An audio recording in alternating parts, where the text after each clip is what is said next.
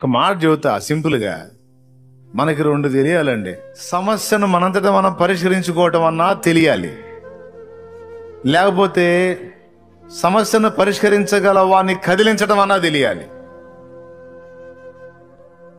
సమస్యను నువ్వు పరిష్కరించుకోవటం అన్నా నీకు తెలియాలి, లేదా పరిష్కరించగల వాడిని కదిలించి కార్యాన్ని సాధించుకోవటం అన్నా తెలియాలి. అది తెలియదు ఇది తెలియదు అంటే ఇక నీకేం చేయాలి? నేను మరి ఏం చెప్పాలి? ఇక నీకు వల్ల కాలేదు, తిప్పలు పడ్డావు, బయటపడదామని ట్రై చేసావు, ట్రై చేసిన ప్రతిసారి ఇంకా దిగిపోవటం మొదలు పెట్టావు, వదిలించుకుందాం అనుకున్న ప్రతిసారి ఇంకా తగిలించుకోవటం ఎక్కువైపోయింది. నీ సొంత ఐడియా పని చేయలేదు, నీ జ్ఞానం పని చేయలేదు, మనుషుల సలహాలు పని చేయలేదు, తీసేయి.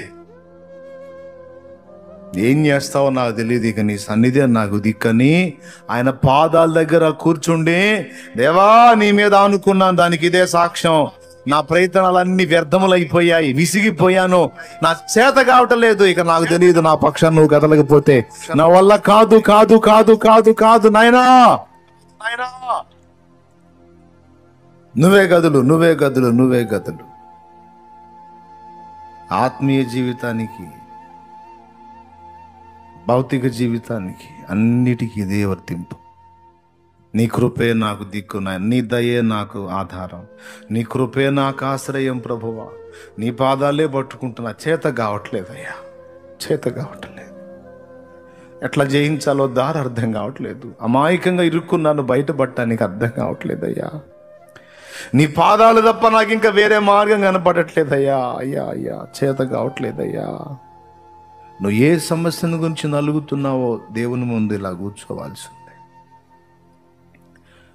గోజాడు పెనుగులండి, భరోసా ఉంచు, నెరవేర్చే దేవునితో జ్ఞాపకం చేస్తావు.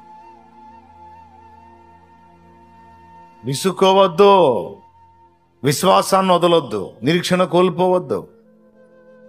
బలమైన కార్యాలు చూడటానికి బలంగా దేవుని పాదాలను ఆశ్రయించటం తెలిసి ఉండాలి.